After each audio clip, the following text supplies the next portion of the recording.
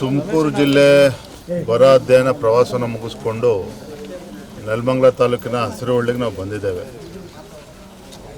ಇವತ್ತಿಂದ ಸ್ವಲ್ಪ ಮಳೆ ಪ್ರಾರಂಭ ಆಗಿದೆ. ನಾವು ರಸ್ತೆ ಉದ್ದಕ್ಕೂ ಕೂಡ ನೋಡ್ಕೊಂಡು ಬರ್ತಾಯಿದ್ವಿ. ಎಲ್ಲೂ ಕೂಡ ಇನ್ನು ಅತಿ ಹೆಚ್ಚು ರಾಗಿ ಬೆಳೀತಕ್ಕಂಥದ್ದು ಈ ಭಾಗದಲ್ಲಿ. ಎಲ್ಲೂ ಕೂಡ ಬಿತ್ತನೆ ಮಾಡಿರ್ತಕ್ಕಂಥದ್ದು ಇನ್ನೂ ಕೂಡ ಸಸಿಗಳು ಇನ್ನೂ ಹುಟ್ಟಿಲ್ಲ. ಒಟ್ಟಾರೆಯಾಗಿ ತುಮಕೂರು ಜಿಲ್ಲೆ ಇರ್ಬೋದು, ಗ್ರಾಮೀಣ ಭಾಗದಲ್ಲಿರ್ಬೋದು, ರೈತರು ಇವತ್ತು ಭಾಳ ಸಂಕಷ್ಟದಲ್ಲಿದ್ದಾರೆ. ಅಲ್ಲಿ ತುಮಕೂರು ಜಿಲ್ಲೆಯಲ್ಲಿ ಇವತ್ತು ತೆಂಗು, ಅಡಿಕೆಯನ್ನು ಬೆಳೀತಾ ಇದ್ದಾರೆ. ಅಲ್ಲೂ ಕೂಡ ರಾಗಿಯನ್ನು ಬೆಳೀತಾ ಇದ್ದಾರೆ. ರಾಗಿಗಂತೂ ಎಲ್ಲ ಕಡೆ ರೈತರು ರಾಗಿ ಬೆಳೀತಾರೆ, ಸಂಕಷ್ಟದಲ್ಲೇ ಇದ್ದಾರೆ. ತೆಂಗು ಮತ್ತು ಅಡಿಕೆಗೆ ನೀರಿನ ತೊಂದರೆ ಆಗ್ತಾಯಿದೆ. ಇನ್ನು ಯಾರು ಬೋರ್ ಇಟ್ಕೊಂಡಿದ್ದಾರೆ, 3 ಫೇಸ್ ವಿದ್ಯುತ್ತು 7 ಗಂಟೆಗಳ ಕಾಲ ಕೊಡೋದಕ್ಕೆ ಸಾಧ್ಯ ಆಗದೇ ಸರ್ಕಾರ ಮಾಡಿದ ಎಡವಟ್ಟಿನಿಂದ ಅಲ್ಲಿ ತೋಟಗಳು ಕೂಡ ಒಣಗ್ತಾ ಇರುವಂಥದ್ದು ಕೂಡ ನಾವು ನೋಡಿದ್ದೇವೆ. ನಾನು ರಾಜ್ಯದ ಮುಖ್ಯಮಂತ್ರಿಗಳಿಗೆ ರೈತರ ಪರವಾಗಿ ನನ್ನ ವಿನಂತಿ, ಮೊದಲನೇದಾಗಿ ಸಮರ್ಪಕವಾಗಿ ವಿದ್ಯುತ್ತನ್ನು ನೀಡಬೇಕಾಗ್ತದೆ. ಕನಿಷ್ಠ 7 ತಾಸುಗಳ ಕಾರು 7 ಗಂಟೆಗಳ ಕಾರು ವಿದ್ಯುತ್ ಕೊಡಬೇಕಾಗ್ತದೆ.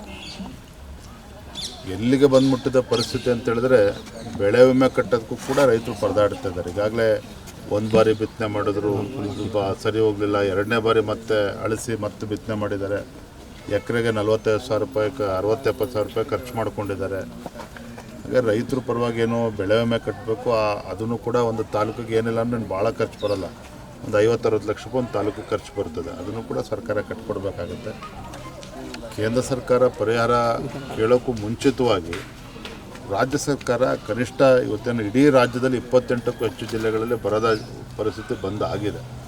10,000 ಕೋಟಿ ಬಿಡುಗಡೆ ಮಾಡಿ ರೈತರಿಗೆ ಪರಿಹಾರನ ಕೊಡುವಂಥ ಕೆಲಸ ಅತಿ ಶೀಘ್ರದಲ್ಲಿ ಮಾಡಿದರೆ ಖಂಡಿತ ಅದು ರೈತರು ಅವರ ಸಂಕಷ್ಟಕ್ಕೆ ಸ್ಪಂದನೆ ಮಾಡಿದಂಥ ಆಗ್ತದೆ. ಈ ನಿಟ್ಟಲ್ಲಿ ರಾಜ್ಯ ಸರ್ಕಾರ ಗಮನ ಹರಿಸಬೇಕು ಅಂತೇಳಿ ತಮ್ಮ ಮುಖ್ಯ ಮತ್ತೊಮ್ಮೆ ಒತ್ತಾಯ ಮಾಡ್ತಾಯಿದ್ದೇನೆ. ಧರ್ಮಪತ್ನಿ ಚೆನ್ನಮ್ಮನವರು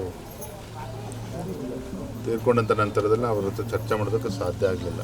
ಕಳೆದ ವಾರನೂ ಕೂಡ ನಮ್ಮ ಮನೆ ಕುಮಾರಸ್ವಾಮಿ ಅವ್ರ ಹತ್ರ ಕೂಡ ಮಾತನಾಡಿದ್ದೇನೆ. ಅದ್ರಲ್ಲಿ ನಾವೇನು ನಮ್ಮ ಕಡೆಯಿಂದಂತೂ ಗೊಂದಲ ಮಾಡೋದಕ್ಕೆ ಅವಕಾಶವೂ ಕೊಡೋದಿಲ್ಲ, ಅದರ ಅವಶ್ಯಕತೆಯೂ ಇಲ್ಲ. ಮೂಲ ಉದ್ದೇಶ ಏನು, ರಾಜ್ಯದ ಮುಖ್ಯಮಂತ್ರಿಗಳು ರೈತರ ಹಿತಾಸಕ್ತಿನ ಬದಿಗಿಟ್ಟು ರಿಯಲ್ ಎಸ್ಟೇಟ್ ಮಾಡೋದಕ್ಕೆ ಹೊರಟಿದ್ದಾರೆ. ಇದು ಅಕ್ಷಮ್ಯ ಅಪರಾಧ. ಹಾಗಾಗಿ ಬಿಡದಿ ವಿಚಾರದಲ್ಲಿ ನಾವು ಕೂಡ ಧ್ವನಿಯನ್ನು ಎತ್ತಿದ್ದೇವೆ. ಸದನದ ಒಳಗಡೆ ಕೂಡ ಇದ್ರ ಬಗ್ಗೆ ಚರ್ಚೆ ಮಾಡ್ತೇವೆ.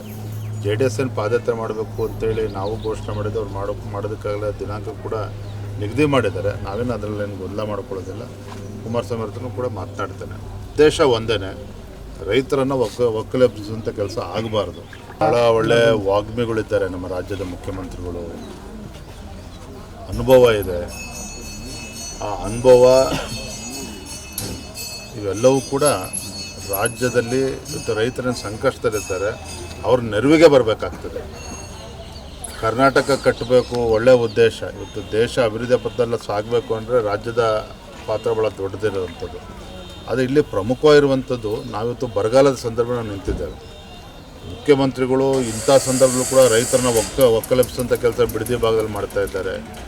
ರಿಯಲ್ ಎಸ್ಟೇಟ್ ಮಾಡೋಕ್ಕೇನು ಹೊರಟಿದ್ದಾರೆ. ಯಾವ ಕೂಡ ನಮ್ಮ ರಾಜ್ಯದ ರೈತರಿಗೆ ಒಳ್ಳೆಯದಾಗೋಕ್ಕೆ ಸಾಧ್ಯ ಇಲ್ಲ. ಬಿಡದಿ ಭಾಗದಲ್ಲಿರ್ತಕ್ಕಂಥ ರೈತರು ಕೂಡ ಒಳ್ಳೆಯದಾಗೋಕ್ಕೆ ಸಾಧ್ಯ ಇಲ್ಲ. ಅದ್ರ ಬಗ್ಗೆ ಮುಖ್ಯಮಂತ್ರಿ ಗಮನ ಹರಿಸಬೇಕು, ಮಾತನಾಡ್ತಾರೆ. ಅದರಲ್ಲಿ ಏನಾದರೂ ಮನೆ ಕಟ್ಟೋದು ಇದೆಯಾ? ನೋಡಿದ್ರೆ, ನಾವು ರಾಜ್ಯದ ಜನರಿಗಾಗಲೇ ಕಾಂಗ್ರೆಸ್ ಸರ್ಕಾರಕ್ಕೆ ಇಡೀ ಶಾಪವನ್ನು ಹಾಕ್ತಾ ಇದ್ದಾರೆ.